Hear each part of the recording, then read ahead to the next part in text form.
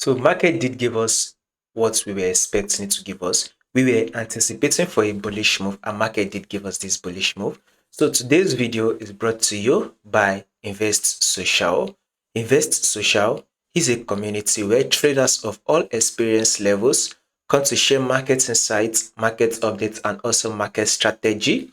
You can be part of this community, right? It is a community whereby you can be part of it by visiting investsocial.com. So guys, this community is not only for traders, it is also for analysts and also developers join to be part of it.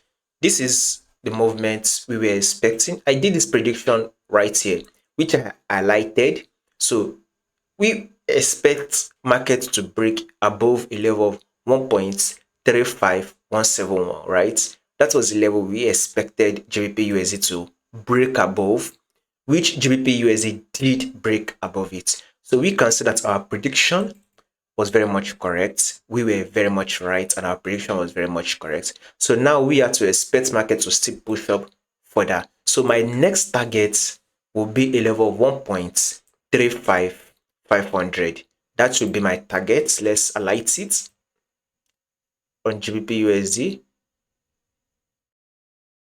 So we had to expect GBPUSD to push up to a level of 1.35500. That should be giving us about 43 pips. I mean, if you can make 43 pips for the day on GBPUSD, that will be fine, right? So as a day trader, we will be anticipating for a buy for the day. Let's go down to our 1 hour time frame. Of course, we all can see the trend.